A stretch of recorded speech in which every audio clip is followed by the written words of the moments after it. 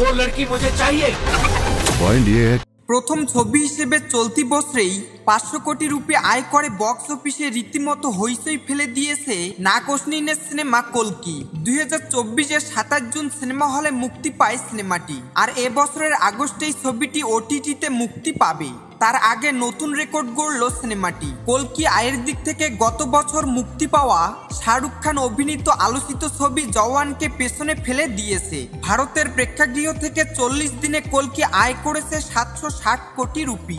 অন্যদিকে এটলি জওয়ানের আয় ছিল 750 কোটি রুপির কিছু বেশি। ছবিটি যে বক্স অফিসে ঝড় তুলবে সে ইঙ্গিত আগেই পাওয়া গিয়েছিল। 27 জুন মুক্তির পর কল্কি ছবিটি ভারতীয় বক্স অফিসে 95 কোটি রুপি আয় করে।